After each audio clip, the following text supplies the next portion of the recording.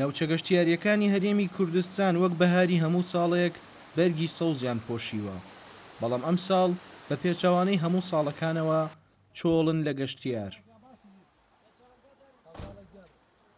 ئێرە سەرتەکی بەمۆیە لە ناوچەی گەرمیان. بەهۆی سەرهەڵدانی ڤایرۆسی کۆرۆنا لە هەموو جیهان و هەرێمی کوردستاندا ئەمساڵ هاوڵاتیان لە وەرزی بەهاردا سەردانی ناوچە گەشتیاریەکانیان نەکردووە و ئەمەش حاڵەتێکی زۆر دەگمەنە بۆ ناوچە گەشتیاریەکانی گەرمیان و تەواوی هەرێمی کوردستان.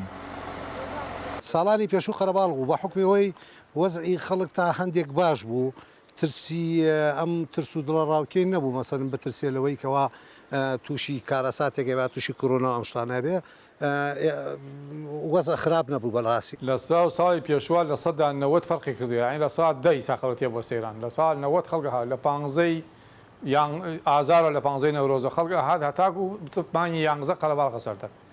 خاوەنی پرۆژە گەشتیاریەکانی ئەم ناوچەیە وەک هەموو ساڵانی پێشوو ئامادەکاری تەواویان کردبوو بۆ پرۆژە گەشتیاریەکانیان تاکو بتوانن میوانداری هاوڵاتیان بکەن، بەڵام بەهۆی هاتنە پێشەوەی ڤایرۆسی کۆرۆنا و قەدەغەی هاتوچەوە لە ڕووی داراییەوە ڕوبەڕووی زیان بوونەتەوە.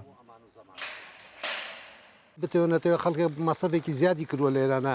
من بۆ خۆم وەکو ئەم پرۆژە کە دروستکرا لەوانەیە مەسەن 50-60 سەعات بەس هەر هەفارە ئیشی بۆ کردوم، مانای ئەتیما دەکەیتە سەر ڕۆمادیەکەی، بەڵام کە ئەمە هاتۆتە پێشێ بڕوان پێکەی سا لە خۆ تااقەتی دارەکانیشی لەگەڵ ئاودەی بۆ لەبەرەوەی پرۆژەکان بەعام وەساون. زەرەر زۆرە، بەس لەخوا بەزیان نەخۆشەکەمان لە کۆڵبێتەوە زەرەر نییە. بەشیمەتی دکتۆرە بەڕێزەکان ئەم نەخۆشیە کۆنترۆڵ کراوە و زۆر باشە و ئێمە بە زەرەری نازانین.